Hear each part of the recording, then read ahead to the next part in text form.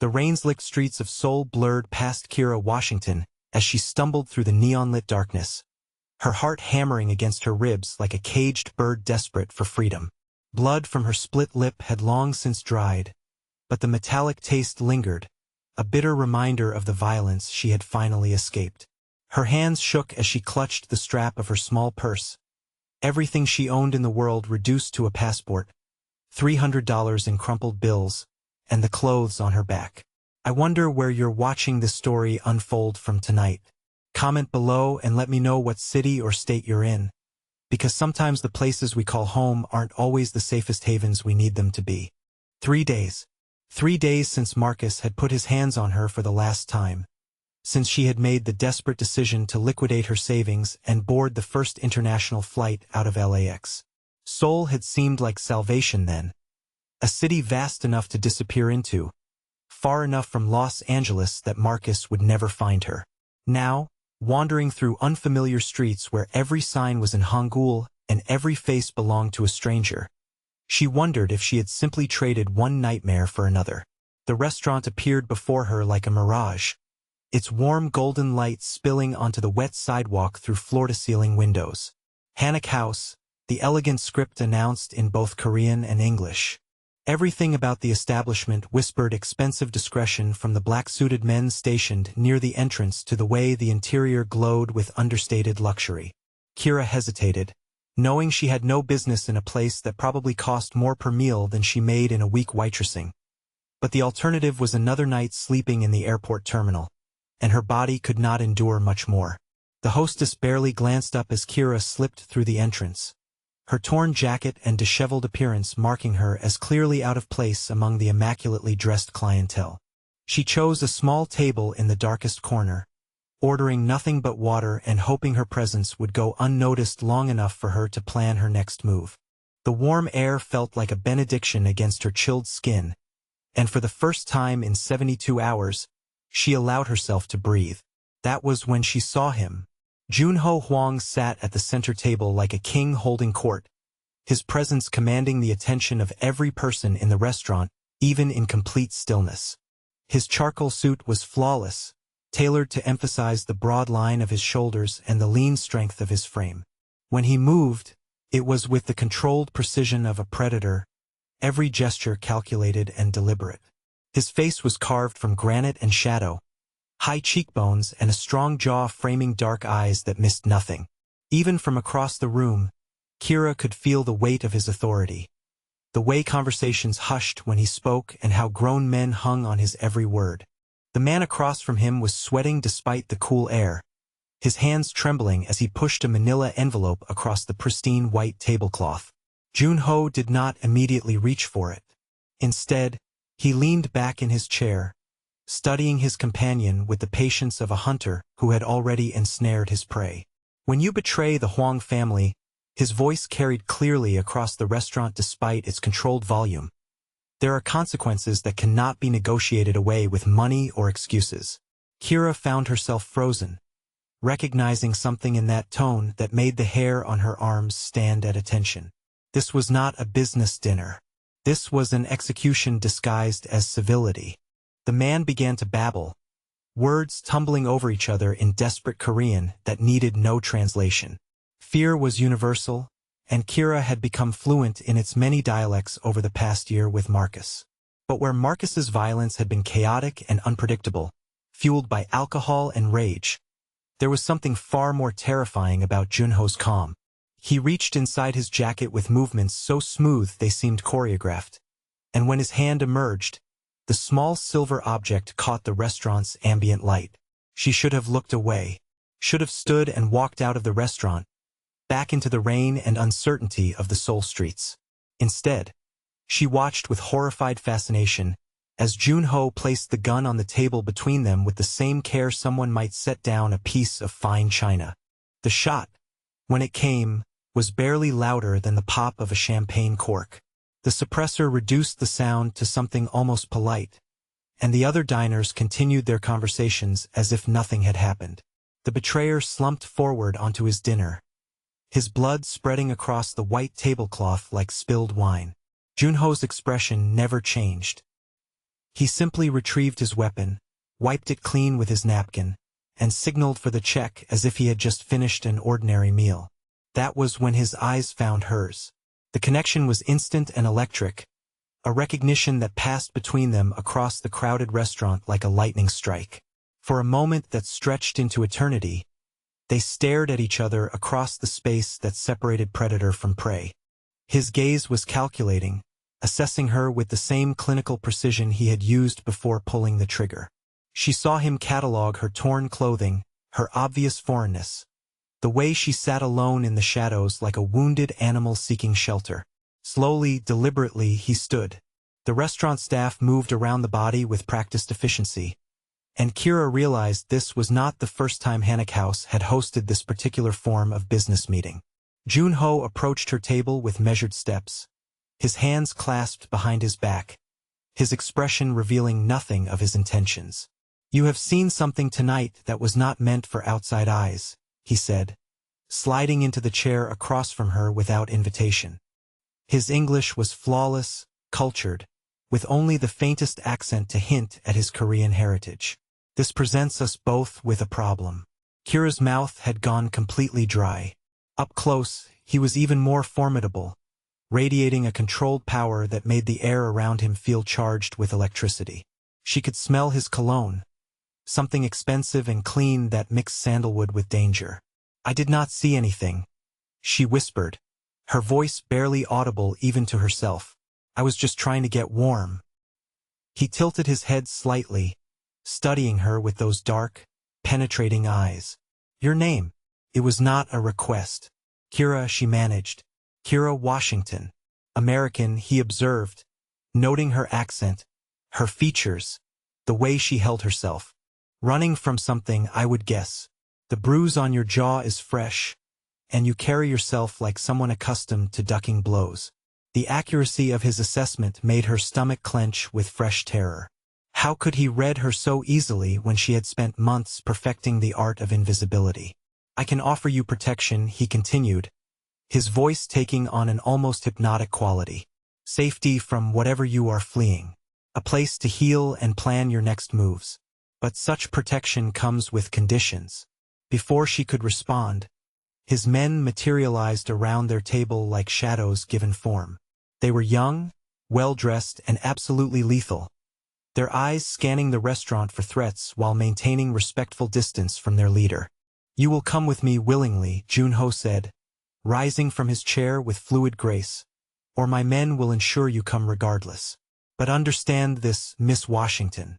From this moment forward, your life belongs to me. Whether that proves to be salvation or damnation will depend entirely on how well you understand the rules of my world." The choice, when offered, was no choice at all. Kira looked into his eyes and saw her future reflected there. Uncertain but undeniably safer than the streets or the demons that had driven her halfway around the world. She stood on unsteady legs, her decision made not by logic but by the desperate instinct for survival that had carried her this far. As they walked toward the restaurant's exit, she caught a glimpse of herself in the mirrored wall. The woman looking back was no longer the terrified waitress who had fled Los Angeles. She was something new, something undefined, stepping across a threshold from which there would be no return. Behind them, the staff continued cleaning up the evening's business with professional discretion, erasing all evidence that death had visited their establishment. The rain had stopped, leaving the streets gleaming under the neon signs, and somewhere in the distance, Seoul's Midnight Symphony played on, indifferent to the transformation of one woman's fate. Consciousness returned to Kira slowly, filtered through layers of exhaustion and the lingering remnants of what felt like the deepest sleep she had experienced in months. For a moment, she lay perfectly still with her eyes closed, cataloging the unfamiliar sensations surrounding her. The mattress beneath her was impossibly soft, nothing like the airport benches or cheap hostel beds that had become her reality. Egyptian cotton sheets whispered against her skin, and the air carried the faint scent of jasmine and something else, something masculine and clean that made her pulse quicken with recognition. Memory crashed back in a devastating wave. The restaurant, the execution, Junho Huang and his penetrating dark eyes that seemed to see straight through to her soul. the choice that had been no choice at all. She opened her eyes to find herself in a bedroom that belonged in an architectural magazine. Floor-to-ceiling windows dominated one wall, offering a panoramic view of Seoul's glittering skyline that stretched endlessly toward the horizon. The furnishings were minimalist but luxurious, each piece chosen with the careful eye of someone who understood that true wealth whispered rather than shouted. A silk robe in deep midnight blue had been laid across the chair beside the bed, and her torn clothing from the night before was nowhere to be seen. The door opened with barely a whisper of sound, and a young Korean woman entered carrying a silver tray. She moved with the practiced efficiency of well-trained staff, setting the tray on the bedside table before offering a respectful bow. "Good morning, Miss Washington," she said in careful English. "I am Min-hee, and I will be attending to your needs during your stay. Mr. Huang requests your presence for breakfast once you have refreshed yourself. There are clothes in the wardrobe that should fit you appropriately." Before Kira could formulate a response, Min-hee had withdrawn as silently as she had arrived, leaving behind only the aromatic steam rising from what appeared to be the most perfect cup of coffee Kira had ever seen. She sat up slowly, testing her body for signs of harm, but found only the residual aches from her long journey and the healing bruises Marcus had left as parting gifts. The attached bathroom was a marvel of marble and gold fixtures, complete with a shower that could have comfortably held 6 people. Hot water cascaded over her like a benediction, washing away the grime and fear of the past several days. For the first time since fleeing Los Angeles, Kira allowed herself to feel something approaching hope. Whatever Junho Huang wanted from her, at least he was treating her like a human being rather than a problem to be disposed of. The wardrobe held an array of clothing in exactly her size, ranging from casual wear to formal business attire. Everything bore designer labels and had clearly been selected by someone with impeccable taste and an eye for what would complement her figure. She chose simple black slacks and a cream silk blouse, marveling at how the fabric seemed to float against her skin. Someone had gone to considerable trouble and expense to ensure her comfort, which only made her situation more confusing. Min-hee appeared again to escort her through corridors that belonged in a palace rather than a private residence. Artwork that probably cost more than most people made in a year adorned the walls, and every surface gleamed with the patina that came only from obsessive care and unlimited resources. The breakfast room overlooked a private garden, where cherry trees created a canopy of pink blossoms that drifted down like snow in the morning breeze. Junho was already seated at the head of a table that could have accommodated a dozen people, reading what appeared to be financial reports while sipping coffee from a cup that probably cost more than Kira's monthly rent back in LA. He had traded his dinner attire for a charcoal gray suit that emphasized the breadth of his shoulders and the lean power of his frame. When he looked up at her approach, she felt that same electric recognition that had passed between them in the restaurant. "Please sit," he said, gesturing to the chair at his right hand. His morning voice was rougher than it had been the night before, adding an intimate quality that made her stomach flutter unexpectedly. "I trust you slept well." Kira settled into the indicated chair, acutely aware of his presence beside her. "Like everything, someone brings you here against your will and then asks if you slept well," she replied, surprised by her own boldness. "Where exactly am I, and what do you want from me?"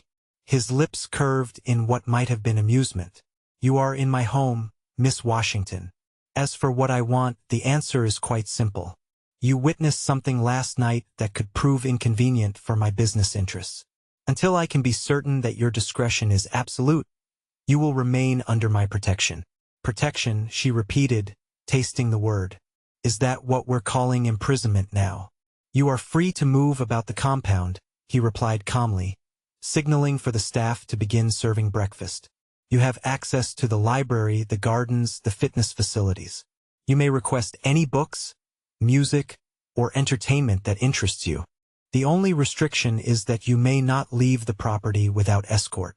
And if I try, then my men will retrieve you, and your freedom of movement within these walls will be significantly reduced." The threat was delivered with such casual politeness that it took a moment for its full import to register. Kira found herself studying his face, searching for some hint of the violence she had witnessed the night before. In daylight, surrounded by beauty and luxury, it seemed impossible that this cultured man could have executed someone over dinner. As if reading her thoughts, his phone buzzed against the table. He glanced at the screen, and his entire demeanor shifted. The polite host disappeared, replaced by something far more dangerous. "Excuse me," he said, rising from his chair with fluid grace. "Business requires my attention." She watched through the garden windows as he paced along a stone path. His voice too low to hear, but his body language speaking volumes about the nature of the conversation. When he gestured, it was sharp and decisive. When he listened, it was with the stillness of a predator waiting to strike. Even at a distance, she could feel the power radiating from him like heat from a forge. 20 minutes later, he returned to find her picking at the elaborate breakfast spread that had appeared in his absence. Korean dishes mingled with Western options, everything prepared with the precision that seemed to characterize his entire world. "I apologize for the interruption," he said, settling back into his chair. "Business in my line of work rarely observes social conventions." "What exactly is your line of work?" she asked, meeting his gaze directly. "Last night you killed a man over dinner like you were discussing the weather. This morning you're serving me breakfast on china that probably costs more than I make in a year. I think I deserve to know what I've stumbled into." For a long moment, he studied her with those penetrating dark eyes. "I manage various business interests throughout Seoul and the surrounding regions," he said finally. "Some of those interests require a more direct approach to conflict resolution than others. You're a gangster. I prefer entrepreneur, but your terminology is not entirely inaccurate." His tone remained conversational, but she caught the steel underneath. "The man you saw last night had stolen from my family. In my culture, certain transgressions cannot be overlooked. So you shot him. I eliminated a problem that threatened the security of my organization and the safety of my people." His voice hardened slightly. "Just as I will eliminate any threat that emerges during your stay here." The phone in his jacket buzzed again, and this time his expression darkened completely as he read the message. He stood abruptly, his chair scraping against the marble floor. "It seems your past has followed you to Seoul more quickly than anticipated," he said, his voice taking on that dangerous edge she was beginning to recognize. "Someone matching your description has been asking questions at several hotels in the tourist district. An American man with extensive facial scarring who appears very eager to locate his missing girlfriend." The blood drained from Kira's face so quickly that she had to grip the edge of the table to remain upright. Marcus. Somehow, impossibly, Marcus had tracked her halfway around the world. "I see you recognize the description," Junho observed, his eyes never leaving her face. "This complicates matters considerably." "I never told him where I was going," she whispered. "I bought my ticket at the airport, paid cash, chose Seoul randomly because it was the first international flight leaving that night. Men like your former companion have resources beyond what you might expect." His jaw tightened with what looked like controlled anger. "They also have networks of contacts willing to trade information for the right price." "He's going to find me." "No," Junho said, and there was absolute certainty in his voice. "He is not. You are under my protection now, Miss Washington, and that protection extends to neutralizing any threat that seeks to harm you. Your former companion has made a very serious error in judgment by bringing his hunt to my territory." The way he spoke made it clear that Marcus had no idea what he had stumbled into. Kira found herself caught between terror at her ex's proximity and an unexpected surge of something that felt almost like relief. For the first time since fleeing Los Angeles, someone was offering her genuine protection rather than empty promises. "What happens now?" she asked. "Now you learn to live within the boundaries I have established while I address this complication." His tone softened almost imperceptibly. "And perhaps you begin to understand that the cage I have built around you is not meant to trap you, Miss Washington. It is meant to keep the wolves from your door." As if summoned by his words, Minhee appeared to clear away the barely touched breakfast, her movements efficient and unobtrusive. In the garden beyond the windows, Kira caught sight of men in dark suits moving with purpose through the grounds.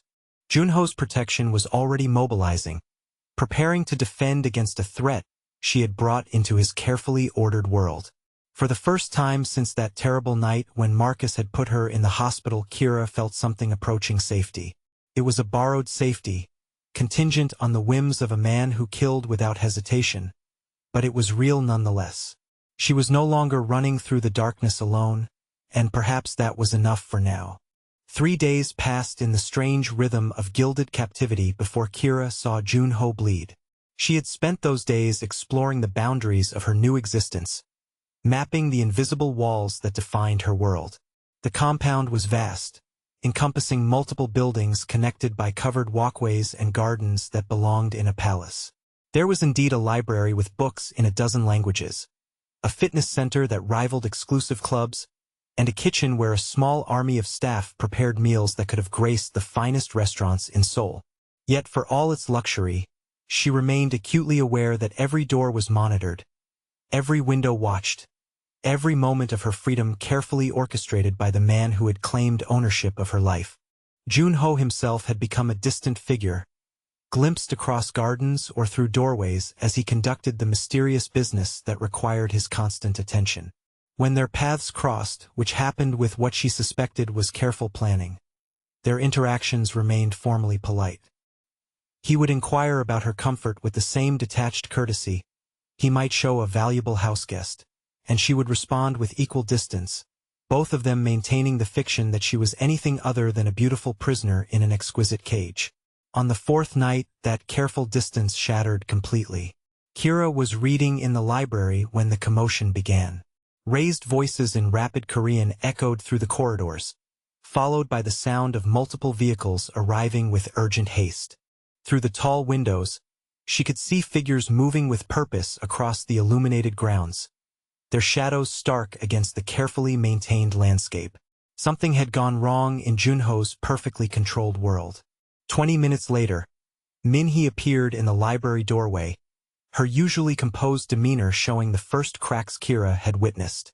"Miss Washington," she said, her English more hesitant than usual. "Mr. Huang has been injured.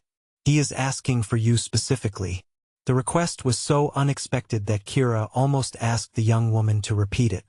Why would he ask for her when he undoubtedly had access to the finest medical care money could buy? But something in Minhee's expression suggested that questions would be both unwelcome and pointless. She followed the housekeeper through corridors she had never seen before, deeper into the private quarters that served as Junho's personal domain. The decor here was more intimate, reflecting tastes that ran toward traditional Korean aesthetics blended with modern comfort. Everything spoke of a man who valued beauty and craftsmanship, who found peace in objects that had been created with care and attention to detail.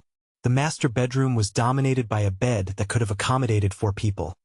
Its dark wood frame carved with intricate patterns that seemed to tell stories in a language Kira could not read.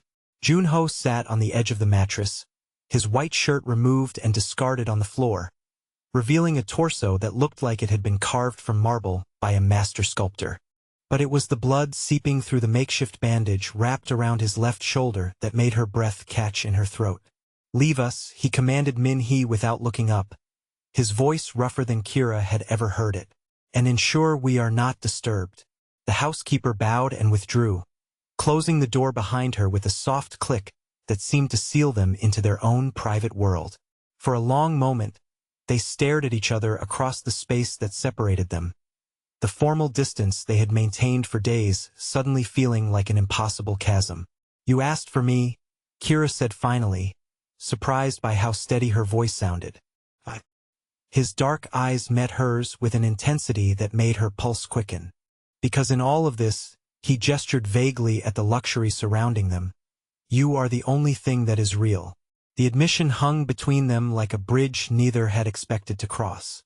Kira found herself moving toward him without conscious decision, drawn by something deeper than curiosity or sympathy. Up close, she could see that the wound was a grazing bullet track across the heavy muscle of his shoulder, painful but not life-threatening if properly cared for. "What happened?" she asked, settling beside him on the bed with careful distance. "A territorial dispute that required more direct negotiation than anticipated," he replied, wincing slightly as she began to examine the injury. One of my competitors felt that a show of force would strengthen his position. He was incorrect. You need proper medical attention. This should be stitched. I have access to doctors who ask no questions and leave no records. But they are not here and you are. She looked around the room until she spotted a bathroom that was likely larger than her entire apartment back in Los Angeles. I need hot water, clean towels, and whatever first aid supplies you have. And probably something for the pain.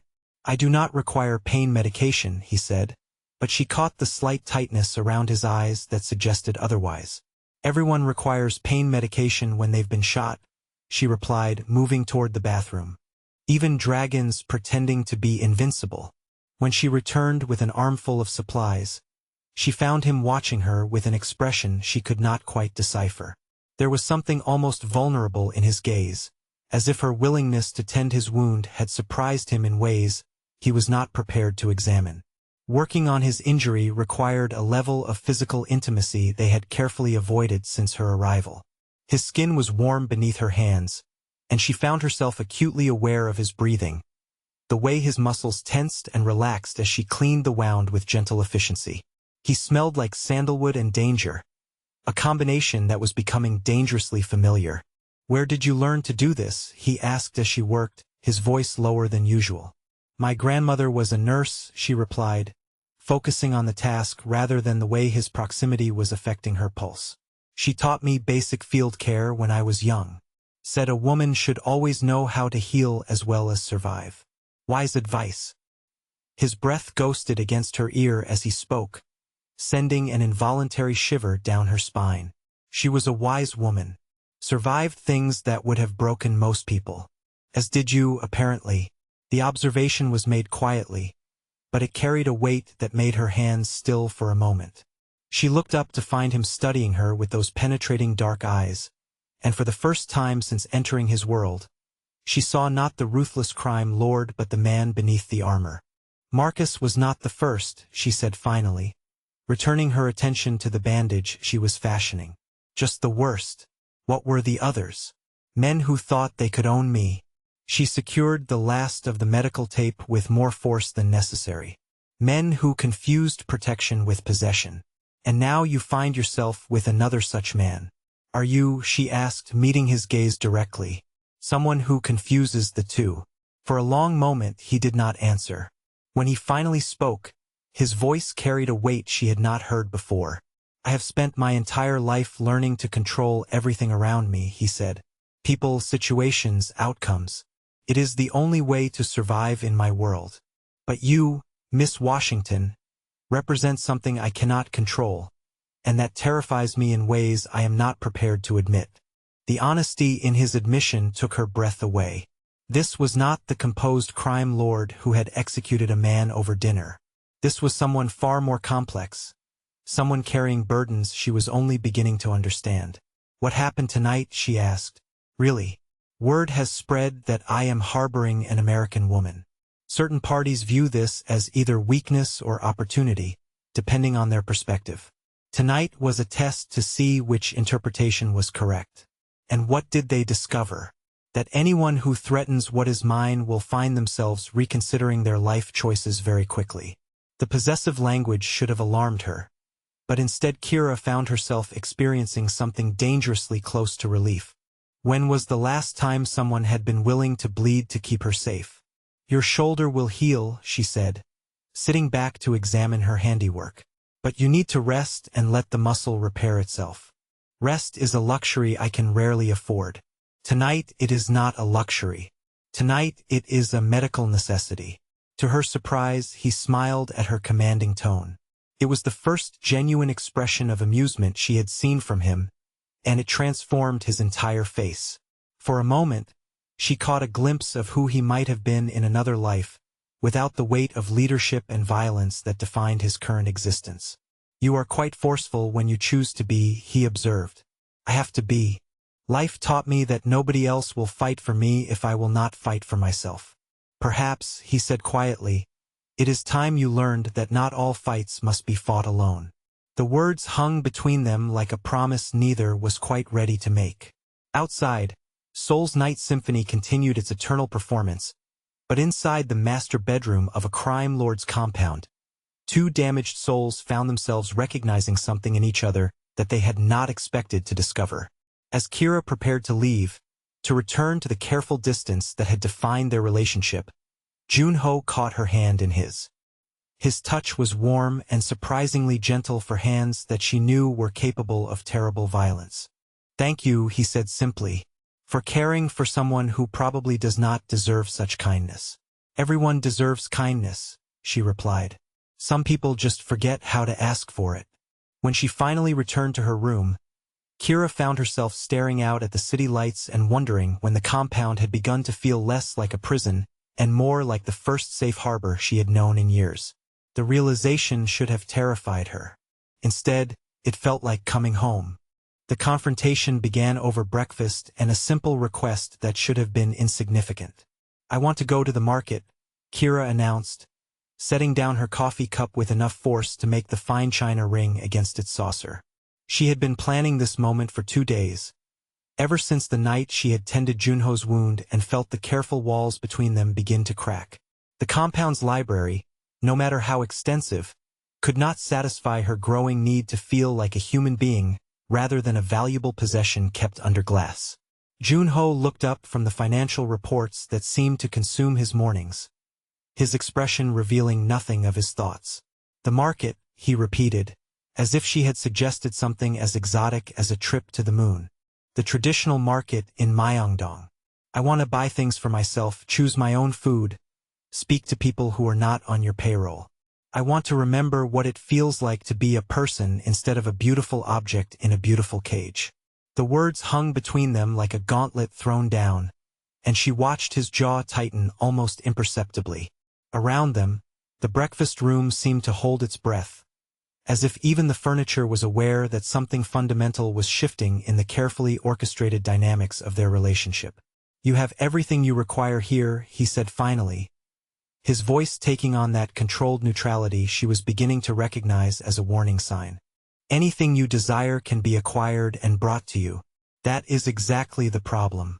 She pushed back from the table and stood, pacing to the windows that offered their perpetual view of his manicured gardens. "I do not want things brought to me like offerings to a shrine. I want to choose them myself. I want to haggle with vendors who will try to overcharge the obviously foreign woman.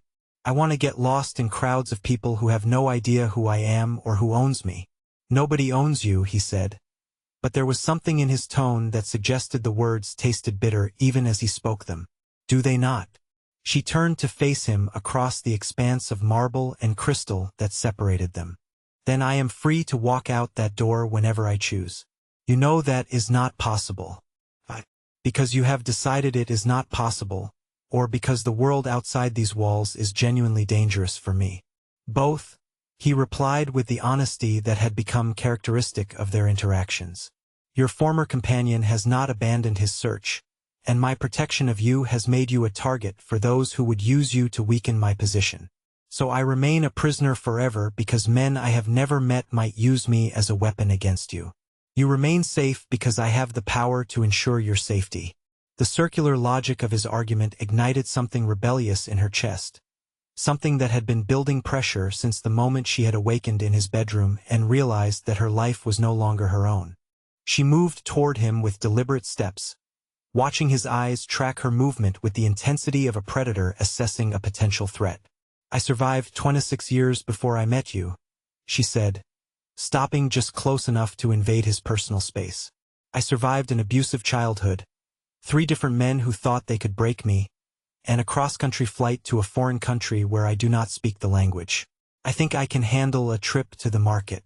Those 26 years led you to my restaurant with blood on your face and terror in your eyes," he countered, rising from his chair to face her. "Whatever survival skills you possess were insufficient to protect you from the man who drove you here." The accuracy of his observation hit like a physical blow, but she refused to retreat. "So your solution is to replace one form of captivity with another. Prettier cage is still a cage, Mr. Huang. It is protection. It is control." They stood facing each other across mere inches, the air between them charged with a tension that had nothing to do with their argument and everything to do with the attraction they had been carefully ignoring for days. She could smell his cologne, that intoxicating blend of sandalwood and authority that had become as familiar as her own heartbeat. His eyes had darkened to something that was almost black, and she could see the pulse beating at the base of his throat. "You want control," she said, her voice dropping to barely above a whisper. "You want to know where I am every moment, what I am doing, who I am speaking to. You want to dress me and feed me and decide what books I read. Tell me how that is different from what Marcus wanted." The comparison landed like a slap across his face. For a moment, his carefully maintained composure cracked completely, revealing something raw and almost desperate underneath. "Because I would die before I hurt you," he said, his voice rough with an emotion she could not identify. "Because every rule I have established, every restriction I have placed, is designed to keep you safe rather than to break you down. Because when I look at you, I see something precious that must be protected, not a possession to be consumed. And what happens when your protection becomes indistinguishable from possession? What happens when I forget what it feels like to make my own choices, to face my own risks, to be my own person?" He stared at her for a long moment, something shifting behind his eyes. When he spoke again, his voice carried a weight that suggested the words were costing him more than she understood. "What would you propose? That I be allowed to leave the compound with appropriate security. That I have some freedom to move through the city, to experience Seoul as something other than a view from your windows. That you trust me to be intelligent enough to stay safe while still being alive enough to remember who I am." She watched him wrestle with the concept, watched years of absolute control war with what she was beginning to recognize as genuine care for her welfare. When he finally spoke, it was with the reluctance of a man making a decision that went against every instinct he possessed. "Limited excursions," he said slowly, "with a full security detail, to locations that have been vetted in advance. And you will carry a tracking device at all times." The compromise was not everything she had wanted, but it was more than she had expected. Something in her expression must have revealed her surprise, because his mouth curved in what might have been amusement. "You are not the only one capable of adaptation, Miss Washington." The victory should have felt more complete, but as she looked into his eyes, Kira found herself recognizing something that made her pulse quicken with alarm. This was not simply the strategic concession of a man accustomed to negotiation. This was the reluctant flexibility of someone whose feelings had complicated his judgment in ways that could prove dangerous for both of them. Before she could fully process the implications of that realization, his phone rang with the particular tone she had learned to associate with urgent business. He glanced at the screen, and his entire demeanor shifted like a blade sliding from its sheath. "Excuse me," he said, already moving toward the door. "We will discuss the details of your new arrangements later." She watched him stride away, noting the way his shoulders had set into a hard line that suggested whatever news he had received was not welcome. Through the windows, she could see his security team mobilizing with the efficient haste that characterized responses to genuine threats. Something was happening in his carefully controlled world, something that required immediate attention. It was nearly 2 hours before he returned, and when he did, the man who entered the breakfast room bore little resemblance to the one who had reluctantly agreed to grant her limited freedom. This was the crime lord she had glimpsed that first night at the restaurant, all controlled violence and lethal capability. "We need to discuss your situation," he said without preamble, settling into the chair across from her with movements that were somehow both graceful and predatory. "The intelligence my people have gathered presents complications I had not anticipated." She felt her stomach drop with a premonition of disaster. "What kind of complications?" "Your former companion has not been working alone in his search for you. He has formed an alliance with certain business rivals of mine, men who see an opportunity to strike at me through you." The words hit her like ice water. Marcus had always been cunning when it came to exploiting weaknesses, but she had never imagined he would be smart enough to weaponize her disappearance in this way. "What does that mean?" she asked, though she suspected she already knew the answer. "It means that your presence here has created a vulnerability in my organization that my enemies are prepared to exploit. It means that the woman I sought to protect has become a weakness they will use to destroy everything I have built. She stared at him across the pristine table setting, feeling the weight of unintended consequences settling around her like chains. I never asked for your protection, she said quietly. I never asked to become your weakness. No, he agreed, his voice carrying a gentleness that contrasted sharply with the steel in his eyes. But you have become something far more dangerous than a weakness, Miss Washington. You have become precious to me, and in my world, anything precious becomes a target. The admission hung between them like a confession neither was prepared to examine too closely. She could see the war being fought behind his eyes, duty and desire pulling him in directions that could not be reconciled through logic or strategy. So what happens now, she asked. Now you choose, he said, leaning back in his chair with the careful distance of a man trying to maintain objectivity about a situation that had moved far beyond the realm of rational decision-making. You can leave my protection. Return to whatever life you were building before our paths crossed. My people will ensure your safe passage to any destination you choose, and you will never see me again. And the alternative? You remain under my protection, knowing that your presence here places both of us in danger from men who will stop at nothing to use you against me. Knowing that my feelings for you have compromised my judgment in ways that could prove fatal for everyone under my command. The choice was impossible, a maze with no exit that led anywhere good. But as she looked into his eyes, Kira realized that her decision had been made the moment she tended his wound and saw the lonely man beneath the armor. The moment she recognized that his protection came not from a desire to possess but from a desperate need to preserve something beautiful in a world that had shown him too little beauty. I am not leaving, she said quietly, watching something that looked like relief flicker across his features. But not because I am afraid of the world outside these walls, and not because I need your protection to survive. Then why? Because somewhere in the past few days this stopped being about safety and started being about something far more dangerous. Something that should terrify me but instead feels like the first honest thing in my life. He stared at her for a long moment, and when he spoke, his voice carried a roughness that suggested the words were being torn from somewhere deep inside him. You understand what you are choosing. The danger, the complications, the impossibility of any future that does not involve violence and shadows. I understand that I am tired of running, and that for the first time in my life, someone is willing to stand between me and the darkness. Even if that someone is dangerous himself. Especially because he is dangerous himself, Junho said softly, and there was something in his voice that sounded almost like surrender. Because in a world full of predators, perhaps the only safe place is beside the apex predator who has claimed you as his own. Outside the windows, Seoul continued its eternal dance of light and shadow. 8 million people going about their lives unaware that in one breakfast room, two souls had just chosen to bind their fates together in ways that would reshape both their destinies.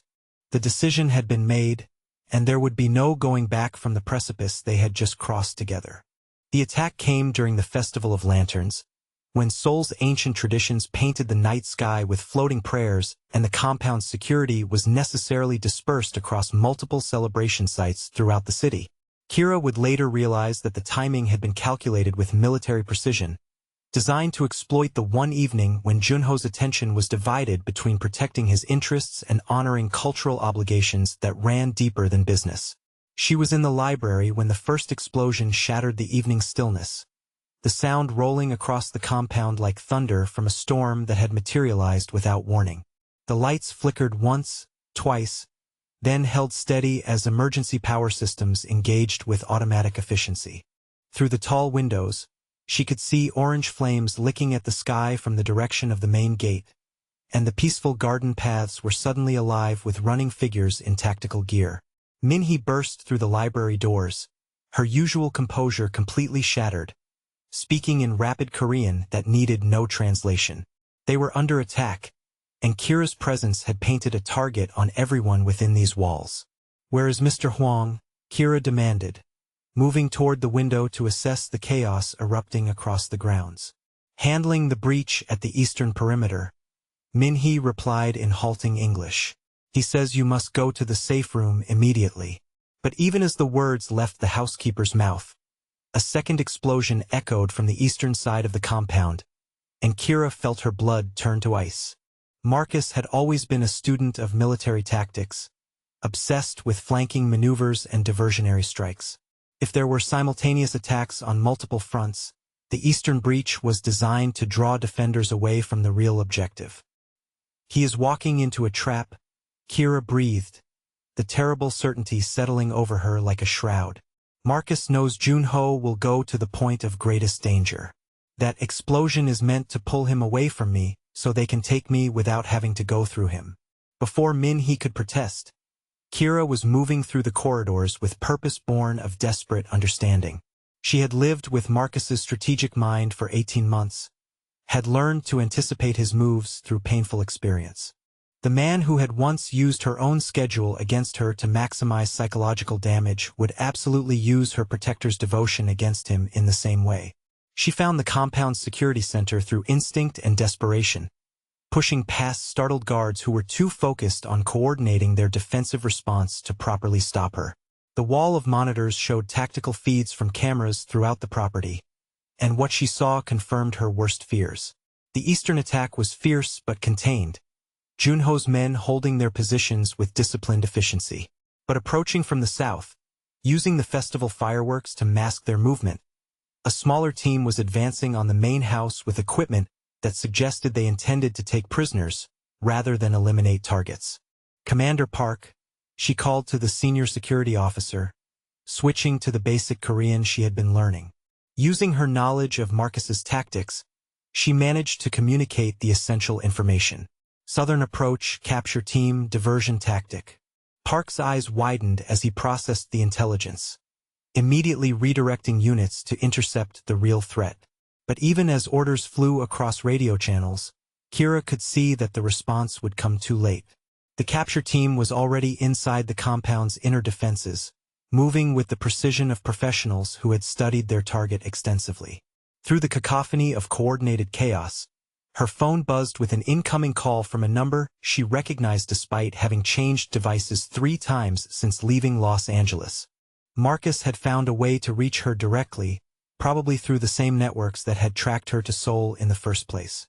"Miss me, baby." His voice was exactly as she remembered. Honey over broken glass, charming and dangerous in equal measure. "I have to admit, your taste in protectors has improved considerably. Korean crime lords are definitely a step up from bartenders and mechanics." The casual reference to her previous relationships, men she had never told him about, sent ice through her veins. How long had he been watching her, cataloging her choices, building a profile of her weaknesses? "What do you want, Marcus?" she said, moving away from the security monitors toward the windows that offered a view of the garden where armed figures were now clearly visible among the carefully maintained landscaping. "What I have always wanted. For you to come home and stop making me chase you across continents like some lovesick teenager. Though I will admit the chase has been educational. I have learned so much about leverage and pressure points from your new friends." Through the window, she could see the capture team setting up equipment that looked designed for breaching interior walls. Whatever safe room Junho had prepared for her would prove useless if Marcus had obtained detailed architectural plans of the compound. "I am not going anywhere with you," she said. But even as the words left her mouth, she was calculating distances and escape routes with the tactical awareness that 18 months of abuse had burned into her neural pathways. "Oh, I think you will," Marcus replied, and there was that familiar note of absolute certainty in his voice that had always preceded his most devastating manipulations. "Because if you do not, a lot of innocent people are going to suffer for your selfishness. Starting with that pretty little housekeeper who has been taking such good care of you." The threat was delivered with casual malice, but Kira could hear underlying tension that suggested his position was not as secure as he wanted her to believe. The festival celebrations had provided cover for his approach, but they also meant that Seoul's police and emergency services were operating at maximum capacity. Whatever window he had for this operation was closing rapidly. "You have 30 seconds to walk out of that building and get in the van that is waiting at the south gate," he continued. "For every 30 seconds after that, one of your protector's people dies." starting with the elderly man who tends the gardens and ending with your dangerous boyfriend when he gets back from chasing shadows in the wrong direction. The countdown had already begun in her mind, but it was not measuring Marcus's deadline. Instead, she was tracking the approach vectors of the capture team, calculating the time it would take for Junho to realize the eastern attack was a diversion and redirect his forces accordingly. If she could buy just a few more minutes, the tactical situation would shift decisively in their favor. 30, Marcus said, and she could hear vehicle engines rumbling to life somewhere beyond the garden walls. She ended the call without responding and turned back to Commander Park, who was coordinating the redeployment of security forces with professional efficiency. Using gestures and her limited Korean vocabulary, she managed to convey that she needed to establish communication with Junho immediately. The radio crackled to life, and even through the static and chaos of tactical communications, his voice cut through everything else like a blade. "Where is she?" he demanded without preamble. "Safe for now," Commander Park replied in English for her benefit. "But hostile forces are specifically targeting her extraction." "Put her on," Junho commanded, and there was something in his tone that spoke of barely controlled violence held in check by necessity rather than choice. When the radio was placed in her hands, Kira found herself speaking to the man who had become the center of her universe from across a compound under siege. "I know how Marcus thinks," she said without preamble. "The Eastern attack is designed to keep you away from me while they execute the primary objective. He is counting on your protective instincts to make you predictable." There was a moment of silence during which she could hear gunfire and shouted orders in the background. "How long do we have?" he asked. "Not long. But if you can get back here with your primary team, we can turn his trap into ours." What she proposed was insane, using herself as bait to draw the capture team into a killing ground where Junho's superior firepower could be brought to bear effectively. But it was also the only strategy that played to their strengths while exploiting Marcus's greatest weakness, his absolute certainty that he understood how his opponents would react under pressure. The plan required precise timing and complete trust between people who had known each other for less than 2 weeks. It required her to remain exposed while hostile forces closed in, trusting that the man she was falling in love with would arrive in time to prevent her from disappearing into a nightmare she might never escape. When the south wall exploded inward in a shower of masonry and decorative stonework, Kira was waiting in the library with a book open in her lap, playing the role of an unsuspecting target. The capture team moved through the breach with professional efficiency, their equipment and tactics speaking of military training and corporate funding. Marcus had not been exaggerating when he claimed to have learned about leverage from dangerous people. The team leader was speaking into his radio, confirming target acquisition, when the library's tall windows exploded inward simultaneously. Through the shower of glass and splintered wood came Junho and his personal guard, moving with a lethal coordination that transformed the capture operation into a slaughter in under 30 seconds. She had seen him kill before, but never like this. Never with the cold fury of a man whose most precious possession had been threatened by enemies who fundamentally misunderstood the nature of what they were challenging. When the last hostile operative stopped moving, the library looked like a war zone, but Kira found herself completely unharmed in the eye of a storm that had raged around her without touching so much as her clothing. Junho reached her in 3 strides, his hands moving over her face and arms with desperate efficiency, checking for injuries while his eyes blazed with emotions she had never seen him express. When he satisfied himself that she was unhurt, he pulled her against his chest with a force that spoke of barely controlled terror. "Never again," he whispered into her hair, his voice rough with an emotion that made her heart race for entirely different reasons than the violence she had just witnessed. "I cannot live in a world where you can be taken from me." The admission was torn from somewhere deep inside him, raw and honest in a way that stripped away all the careful distance they had maintained for weeks. She could feel his heart hammering against her ribs, could smell the cordite and adrenaline that clung to his clothing like the residue of battle. "You came back," she said against his chest, marveling at the simple miracle of his presence. "Even though it meant leaving the eastern position vulnerable, even though it was tactically risky, you came back for me." "I will always come back for you," he replied, pulling away just enough to look into her eyes. "Do you understand that now?" There is no scenario, no tactical consideration, no strategic imperative that matters more than your safety. The intensity of his declaration should have terrified her, but instead Kira found herself experiencing something that felt like coming home after years of wandering through hostile territory. This was not the possessive obsession she had known with Marcus, but something far more dangerous and infinitely more precious. "I love you," she said, the words emerging without conscious decision but with absolute certainty. "Despite everything, because of everything, I love you." His response was immediate and devastating, a kiss that tasted of danger and devotion in equal measure. Around them, the library bore the scars of violence, but in the circle of his arms, she had never felt more completely safe. When they finally separated, she could see her own feelings reflected in his dark eyes, complicated and impossible and absolutely undeniable. "Marcus," she said, suddenly remembering that the primary threat had not been eliminated along with his hired team, "is no longer a concern?" Junho replied, and there was something final in his tone that told her more than she needed to know about her ex-boyfriend's ultimate fate. "The problem has been permanently resolved." Outside the broken windows, Seoul's Festival of Lanterns continued its ancient celebration, thousands of floating lights carrying prayers and wishes toward the stars. But inside the ruins of what had once been a peaceful library, two souls had finally found the courage to admit that love was worth any risk, any danger, any consequence that might follow in its wake. 3 weeks after the festival attack, Junho formally dissolved every contract, arrangement, and obligation that had bound Kira to his protection.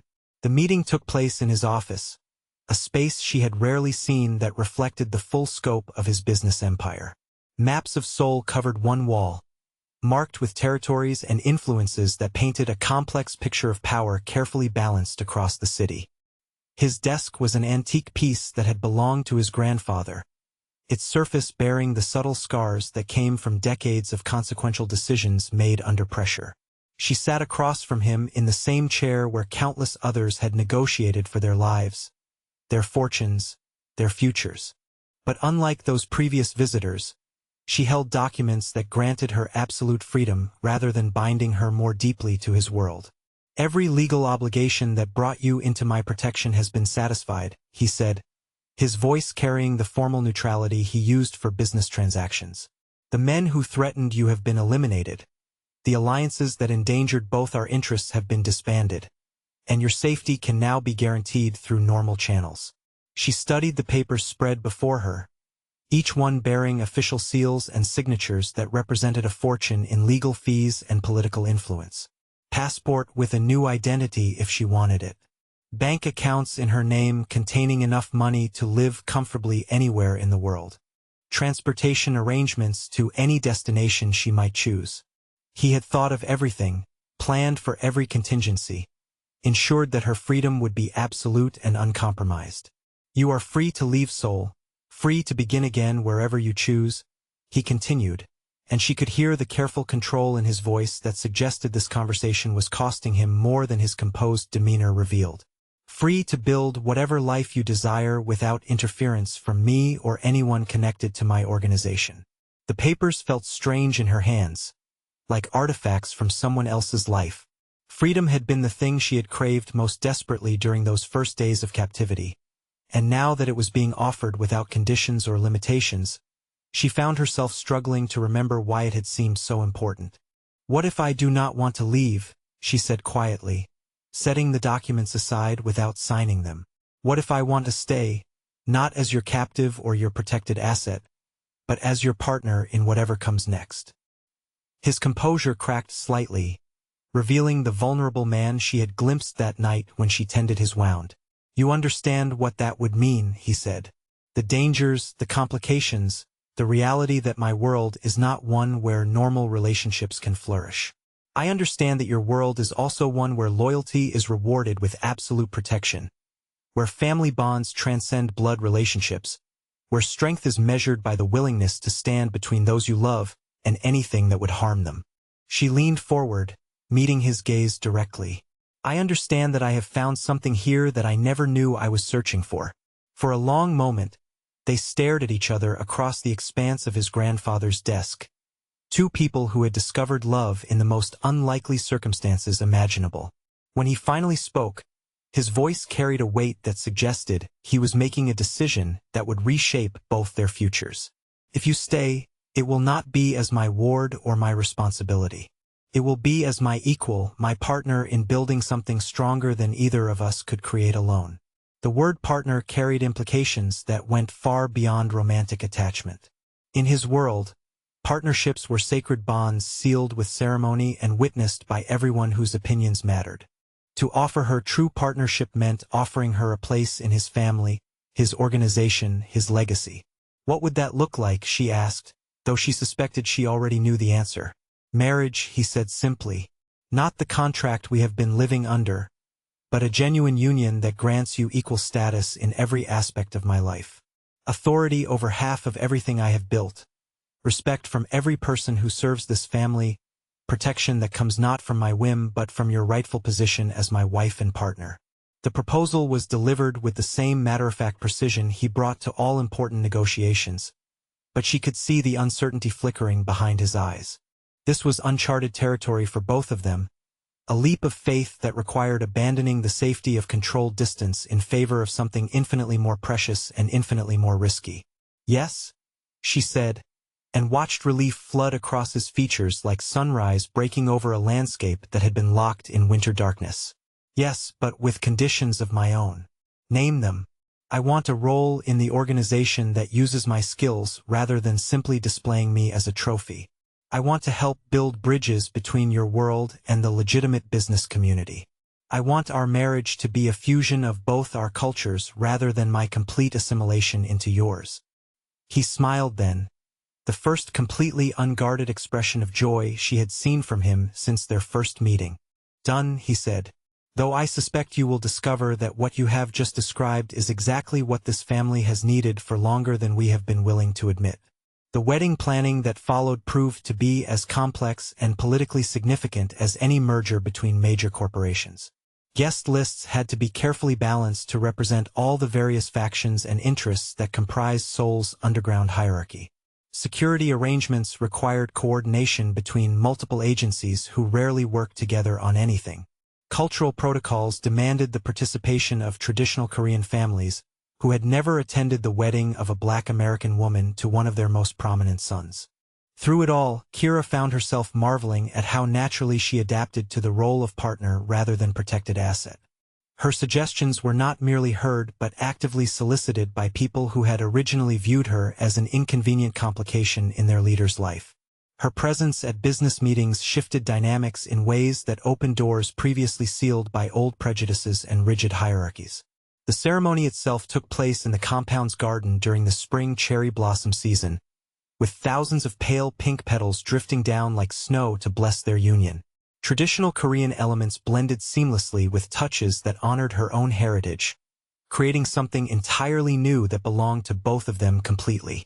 Her dress was a masterpiece of cultural fusion, Korean silk embroidered with patterns that told the story of her journey from captivity to partnership, while her grandmother's pearls provided the connection to her own family's strength and survival. Junho wore traditional hanbok in colors that complemented her gown, but the ceremony included vows they had written themselves that spoke of protection freely given and freely received. When the officiant asked if she took this man as her husband despite knowing the full scope of his dangerous world, her answer rang across the garden with absolute certainty. I do, she said, because I have learned that love is not about finding someone who eliminates all risk from your life, but about finding someone worth facing any risk alongside. His vows were delivered in both Korean and English, promising not just protection and devotion but true partnership in building a legacy that would honor both their strengths. When he slipped the platinum band onto her finger, it felt nothing like the trap she had once imagined it represented. Instead, it was a symbol of power shared and doubled, of two formidable people choosing to face the future as an unbreakable unit. The reception lasted until dawn, with toasts delivered in a dozen languages by associates who had traveled from across Asia to witness the union of Seoul's most dangerous crime lord to the American woman who had somehow become indispensable to his organization's future. But for Kira, The most meaningful moment came when Min-hee approached with tears in her eyes to thank her for bringing lightness to a house that had known too little joy. "You have made him human again," the housekeeper said in careful English. "For the first time since his father's death, he laughs, not just smiles. He sleeps peacefully instead of pacing the halls like a caged animal. You have given him back parts of himself that we thought were lost forever." Months later, as she stood in the same office where he had offered her freedom, and she had chosen partnership instead, Kira reflected on how completely her life had been transformed. The walls now displayed photos from their wedding alongside the maps and business documents, visual reminders that this empire belonged to both of them equally. Her desk occupied the space beside his, and the decisions that shaped their organization's future were made by both of them together. Through the windows, she could see the garden where they had been married, now showing the deep greens of summer growth. Somewhere in the city beyond, Seoul continued its eternal dance of tradition and progress. 8 million people pursuing their own versions of happiness and security. But within these walls, she had found something she had never dared to dream possible during those dark nights when she first fled Marcus's violence. Safety, yes, but more than that. Partnership with someone whose strength complemented her own. Love that enhanced rather than diminished her autonomy. A future built on mutual respect and shared power rather than dominance and submission. As Junho entered the office carrying the evening reports that would require their joint review and decision, she marveled at how naturally they had learned to function as a unit. Where once he had controlled every detail through autocratic decree, he now sought her counsel on matters ranging from territorial negotiations to personnel decisions. Her influence had not weakened his position but had instead strengthened it in ways that surprised even his most trusted advisors. "Ready for tonight's briefings?" he asked, settling into his chair with the casual intimacy of someone completely comfortable in shared space. "Always," she replied, and found herself thinking about how this moment would have been impossible to imagine during those first terrifying days of captivity. The woman who had stumbled into his restaurant bleeding and desperate had evolved into someone who could negotiate with rival crime families over breakfast and plan charitable foundation strategies over dinner. "I love the story we have built together," she said suddenly, the words emerging without conscious planning, but with absolute truth behind them. He looked up from the documents he had been arranging, his dark eyes holding the warmth that had replaced the cold calculation she remembered from their first meeting. "As do I," he replied, reaching across the small space that separated their desks to touch her hand. "Though I suspect we have only written the opening chapters of what will prove to be a very long and very interesting book." Outside the office windows, the lights of Seoul painted the evening sky with promises of endless tomorrows, each one containing possibilities they would face together as equals, as partners, as two people who had discovered that love was worth any risk when it was built on a foundation of mutual respect and shared strength. What did you think of this love story that bloomed in the most dangerous circumstances? Have you ever found yourself choosing to stay somewhere that initially felt like a cage but transformed into a home? Comment below and share how this tale of unexpected love and chosen partnership resonated with your own journey toward finding where you truly belong.